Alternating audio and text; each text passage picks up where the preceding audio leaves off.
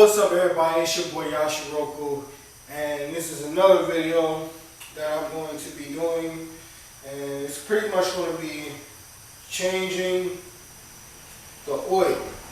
Now, the good thing with the KTMs is you can go to KTM and go to a KTM dealer, and you can buy these kits. You also can go on Amazon and buy these kits, but it's pretty much going to probably run you the same. Maybe you can save a little bit more at Amazon. But in my case, you know, I have a discount with my KTM dealer. So, you know, with this, you'll get your, I believe, the oil filter. This is the service kit that you get. I guess it's going to have the gaskets and such. And this was the oil that I was talking about in my other video. This one is 1050. The other one, I believe, was the Cross brand, which was 1550. They said this one was better for my use or whatnot, and it's full synthetic, and it's by Motorex. All of this stuff is from Motorex because I got it from KTM dealer. This one I did not get from KTM dealer, and these are the axle spools. This bike takes 10 millimeter, and I got this for about $25 from Cycle Gear. This is just pretty much nothing crazy, just basic, you know, spools. I do not have to drill any holes because they automatically have them. Well, this is what you pretty much get in the box. This is the most sophisticated oil change I've done for a motorcycle. You get a new, I believe this is an oil drain plug. So there's like two plugs that you have to remove, I guess, because this one is on the side of the bike. So I'm guessing this is an oil drain plug. I'm guessing, and then they have this. This is under it. Now this reminds me of on the Vader that there's another drain. Well, it's not really a drain plug, but it looks similar to this, and I believe it was the camshaft tensioner or whatever. A lot of people take that out by accident. I took it out by accident because it looks like a drain plug, and on the bike I thought this was a drain plug, but I guess not. But you do have to replace it because this is an oil drain, I believe, because this is on the side of the bike, and this is like right under it. So I guess I can take both of those off, and then you get this thing, and I believe that, I don't even know where that goes. I believe this goes on the oil. This probably behind this. So this probably goes like that, and this probably goes on the oil filter, and this is the oil filter. So yeah, this is a very sophisticated oil change. So let's see how this goes. Like we'll see where all of this goes when I take it off. So that's why it's not really a big task for me or whatever, but because I'm going to be taking things off one by one to see where they go. So yeah, this is going to be fun. And also to note, I do not have any tools on me right now, so I am stuck with using the service kit that they give you, and fairly so far it's been working because I took off the bottom piece with only a wrench that came with it, a smaller wrench. So I actually like this tool kit. You can actually use the tools for stuff, fully servicing and such. Alright, it's a pretty simple process. You just take off that plug, and then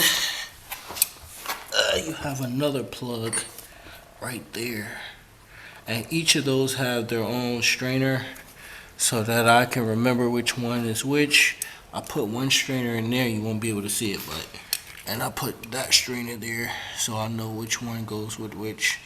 So that thick one goes with the thick oil plug, and the little one that's in there that I got in there goes with that oil plug, and that oil plug is right there. And the good thing with this kit is it comes with new ones. So I'll have a new little one, and then I'll have a strainer that goes in there, and then I'll have a new big strainer for the big plug right there. So I gotta do that. Then I'll put the oil filter on. And the oil filter is over here. It's held by those two bolts.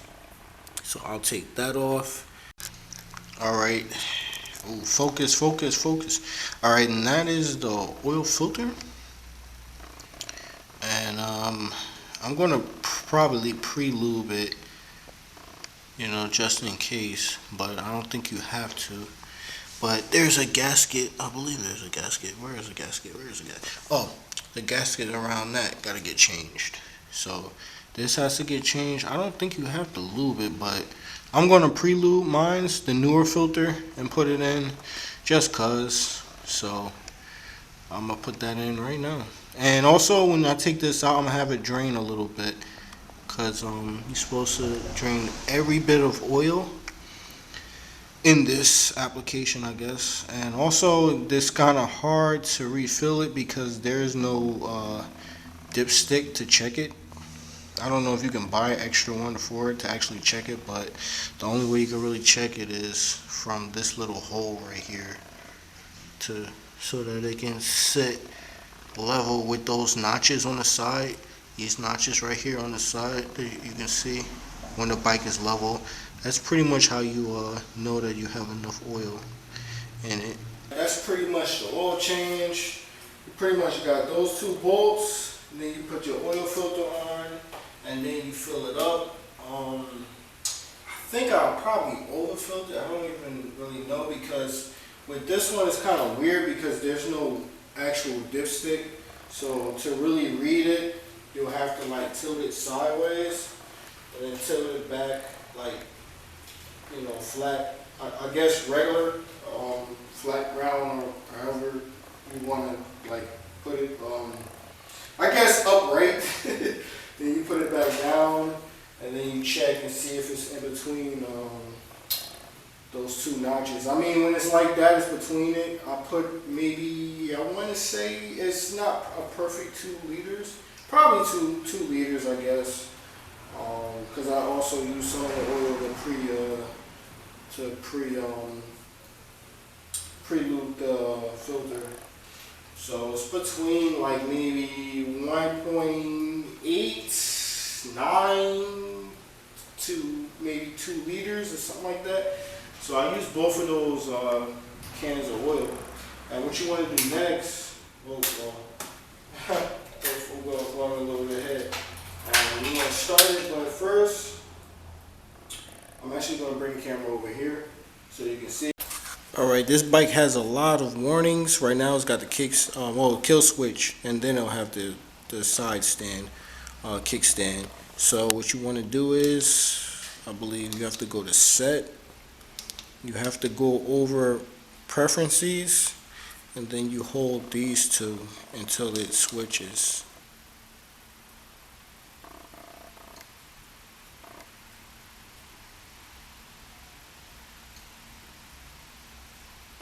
Oh, here it is. And then it says next service in 300 or whatever you want to set it, or it'll set it in months.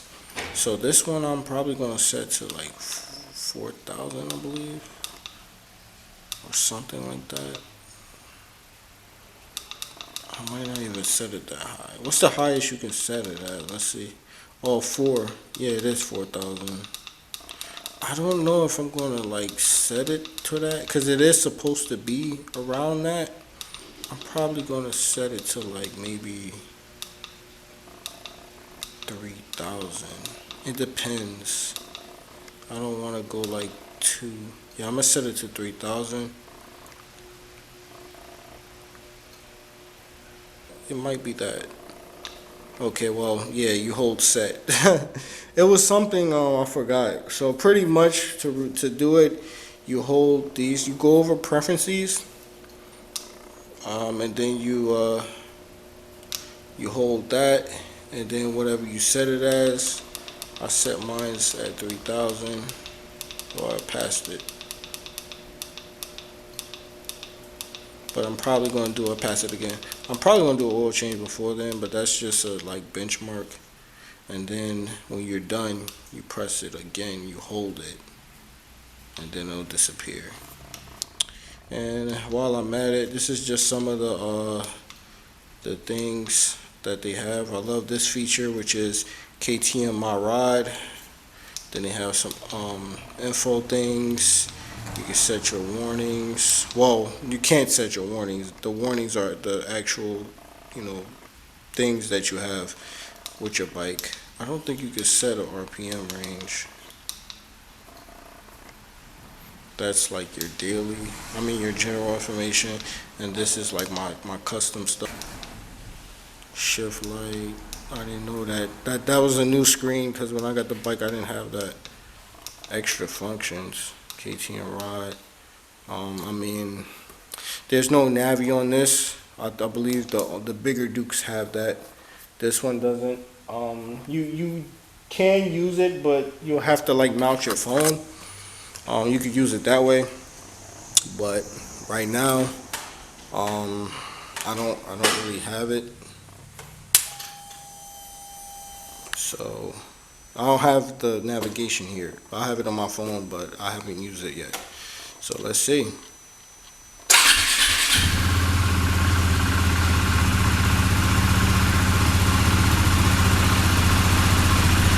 It's got the new oil in it.